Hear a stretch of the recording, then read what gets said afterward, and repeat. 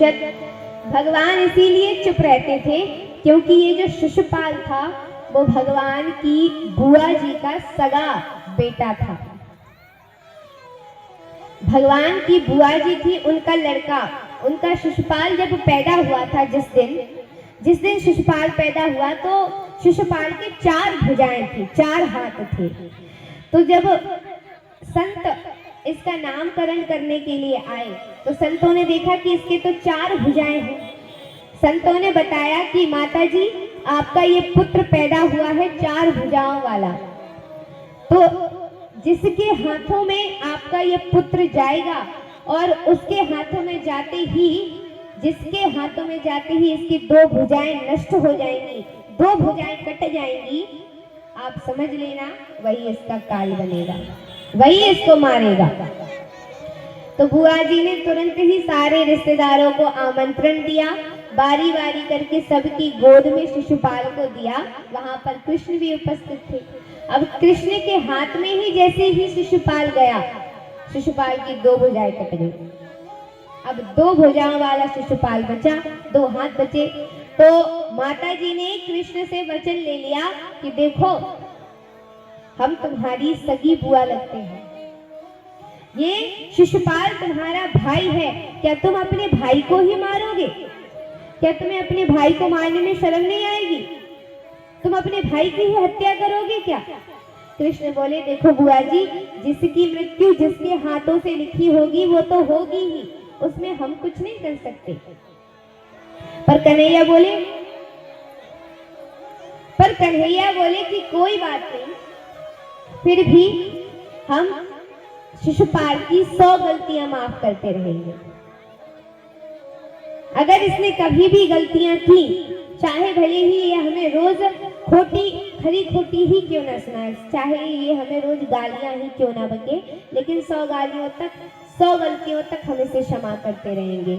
लेकिन अगर इसकी हद आगे बढ़ गई तो हमारा इसमें बस नहीं है, तो हम शायद इसकी मृत्यु कर दें।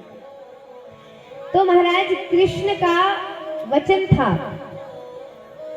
वचन दिया हुआ था बुआ जी ने कि आप हमारे पुत्र की 100 गलतियां माफ करते रहेंगे। इसीलिए कृष्ण ने 100 गलतियां हमेशा शिशुपाल की माफ की है। लेकिन आज जब 101 गाली होती है, तुरंत ही सुदर्शन चक्र निकाल करके शिशुपाल का वध कर देते हैं। यहाँ पर जब शिशुपाल का वध होता है, राजस्व यज्ञ प्रारंभ होता है, राजस्व यज्ञ भली भांति संपन्न होता है और यहीं से फिर आगे चल करके महाभारत का युद्ध भी प्रारंभ होता है। ये सारी कथाएं सुखदेव जी ने परीक्षित जी को श्रवण करवाई।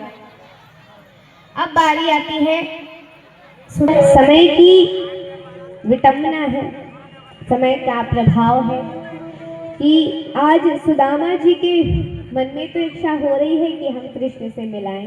कृष्ण को बहुत दिनों से नहीं देखा है, कृष्ण कैसा होगा, क्या पता कृष्ण हमें पहचानता होगा या नहीं, क्या पता कृष्ण हमें भूल गया होगा क्या नहीं। तो ये सब इच्छाएं, ये सब प्रश्न सुदामा जी के मन में चल ही रहे थे कि इतने में ही सुशीला जी आती हैं। सुशीला जी सुदामा जी के पास आई, बोली कि स्वामी आपने हमें अपने मित्र से कभी नहीं मिलवाया, आपका कोई मित्र नहीं है क्या? सुदामा जी बोले कि सुशीला आज तुमने पहली बार ऐसा प्रश्न क्यों किया है, क्या हुआ? तो सुशीला कहती है महाराज ऐसा प्रश्न हमने इसलिए किया है क्योंकि आपने तो हमें नहीं बताया, लेकिन एक संत के माध्यम से हमें आज पता चल गया कि आपका श्री द्वारिकाधीश मित्र हैं, जो पूरे द्वारिकापुरी के राजा हैं, वो द्वारिकाधीश आपके मित्र हैं। जैसे ही सुशीला जी ने ये बात कही, सुदामा जी कहते हैं कि हाँ हाँ सुशीला, ये तो तूने ठीक कहा है, वो मेरे मित्र हैं, पर वो मेरे मित्र हैं तो, लेकिन मुझे नहीं लगता कि अब उसे हम याद होंगे। बोली सुशीला जी बोली कि ऐसे कैसे याद नहीं होंगे, कोई अपने परम मित्र को, कोई अपने परम सखा को भूलता है क्या?